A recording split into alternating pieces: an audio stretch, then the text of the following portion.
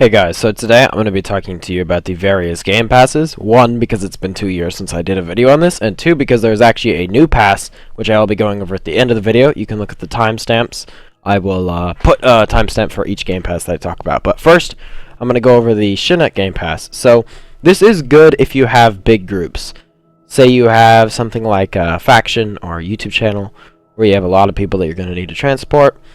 It definitely works out very good for that.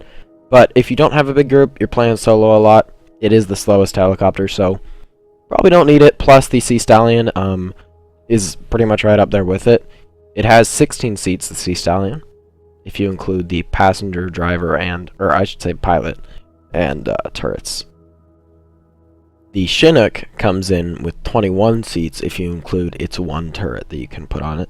So Chinook is definitely a little bit of an upgrade in that sense, but probably not worth the actual money unless you have a big group event. Talking about price, the Chinook is actually the cheapest at 200 Robux, which really isn't that much.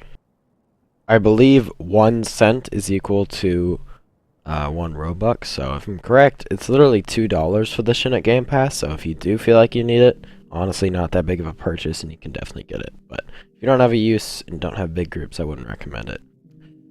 Another thing for the Chinook Pass I should mention is its uniform. I'll put it up on the screen here.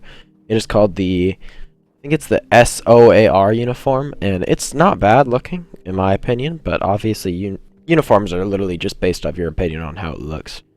But I think it works good with a lot of different things. I've definitely used it a decent bit in the time since I bought it, so if you like that uniform, that's another perk. Moving on to the Shadow Raid Pass. This is something that works way better if you are a solo player. So it comes with night vision goggles that offer a bigger screen range, but night vision isn't too useful nowadays.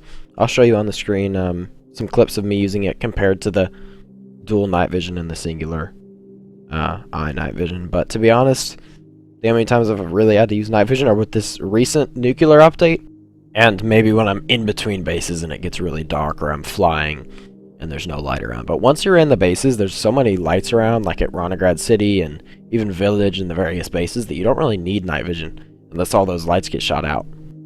And the uniform is really cool in that it's like all dark, so if you really like doing PvP as a sweat and there's maybe one of the darker maps, then it can definitely be handy there. But honestly, it's just another thing on your opinion of how it looks. Like I said, just an all black uniform. I also use this one a good bit, but right now with the snow theme, it doesn't really work very good in open world, but maybe by the time you're watching this video, it isn't snow anymore. But either way, it doesn't really matter. You can still use it in PvP, and you don't actually need to blend in, so yeah, that's that. And the Shadow Raid Pass comes in as the most expensive at 450 Robux, so as far as price goes, it's definitely the highest, so the only reason I would get this is if you're really interested. Now the newest Game Pass, so this is the one that just came out with this update, is called the RAL 8000. So it comes with a camo that goes on a few guns, I think it's 6 guns total. The UMP-45, G36, USP, MP5, DWF, and yeah, that's it. I'll show on the screen clips of each here. So in my opinion, some guns look way cooler like the DWF, and some don't look as cool like the G36, just looks like a weird yellow paint. And the desert camo would honestly just be cooler in my opinion. But, yeah, just take that into consideration. Look at all those guns. I use it on the DWF now that I have it a lot, and I actually just purchased this one, and so I was decently pleased with the result, but like I said, some guns, not so much. As far as price on that one, it is 250 Robux, which is just above the Chinook Pass, so it is also pretty cheap.